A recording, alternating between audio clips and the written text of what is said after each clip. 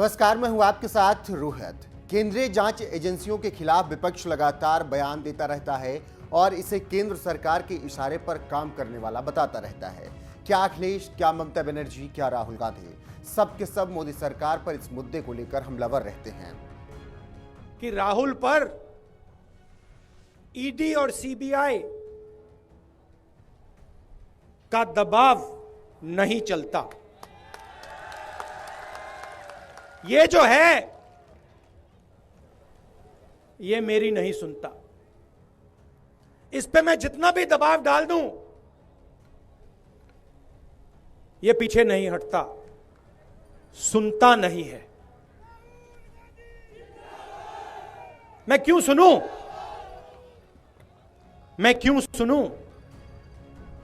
हालांकि ED CBI लगातार अपना काम करती रहती हैं। हाल फिलहाल में आम आदमी पार्टी पर केंद्रीय एजेंसियों ने जमकर शिकंजा कसा है। इसके अलावा लालू परिवार की मुश्किलें खूब बढ़ी हैं। इसी बीच अब विपक्षी दलों को बुधवार को सुप्रीम कोर्ट से भी एक बड़ा झटका लगा है, क्योंकि देश की सबसे बड़ी अदालत ने उनकी याचिका पर सुनवाई से ही इनकार कर दिया है।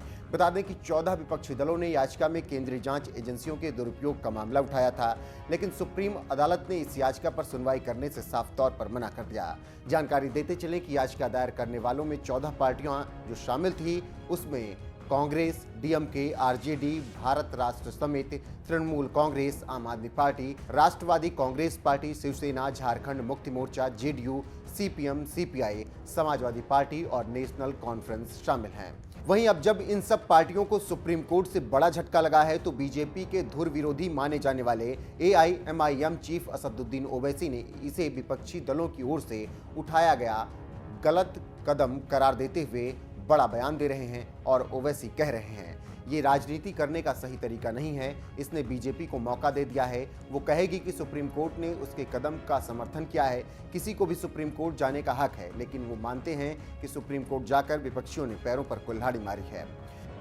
ये वो तरीका ही गलत था।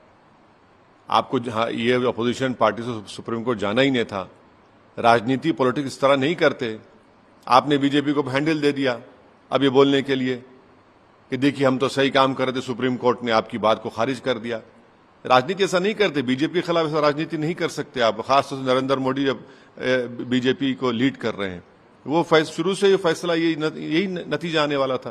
भाई आपको कॉन्क्रीट रिजल्ट निकलता ना, वो काम करते आप चले गए। अब सुप्रीम कोर्ट ने तो फैसला दे दिया, अब बीजेपी को हैंडल मिल गया। अब देखिए शाम में टीवी पर वही बाजा बजेगा।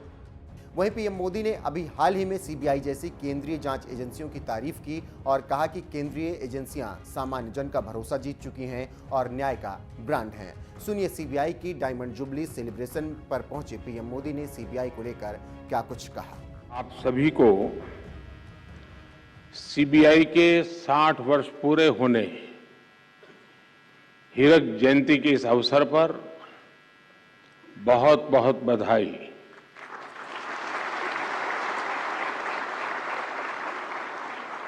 देश की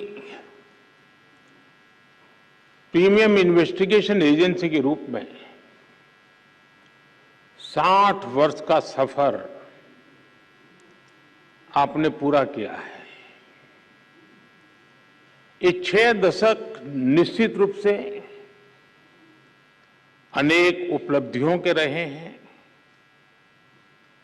आज यहां सीबीआई के मामलों से जुड़े सुप्रीम कोर्ट के फैसलों का संग्रह भी जारी किया गया है। ये सीबीआई के बीते वर्षों के सफर को दिखाता है। कुछ शहरों में सीबीआई का नया दफ्तर हो,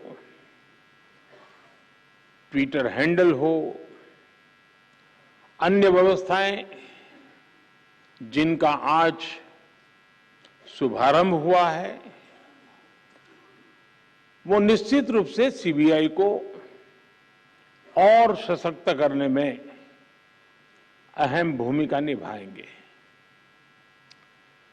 सीबीआई ने अपने काम से,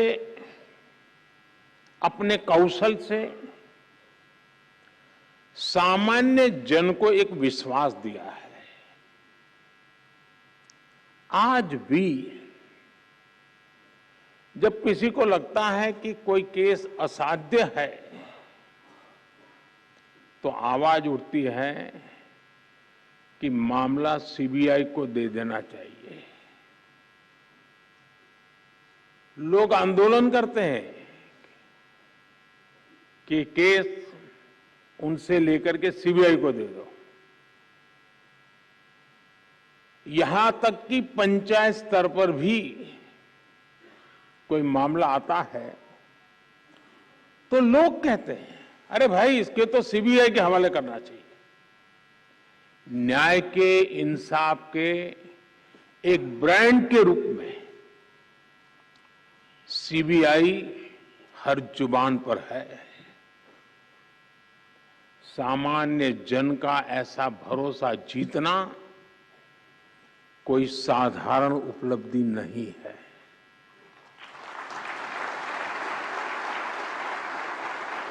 और इसके लिए पिछले 60 वर्षों में जिन ने योगदान दिया है, इस संगठन में रहे सभी अधिकारी, सभी कर्मचारी बहुत बहुत बधाई के पात्र हैं। अभी यहां कई साथियों को उत्कृष्ट सेवा के लिए पुलिस मेडल से भी सम्मानित किया गया है।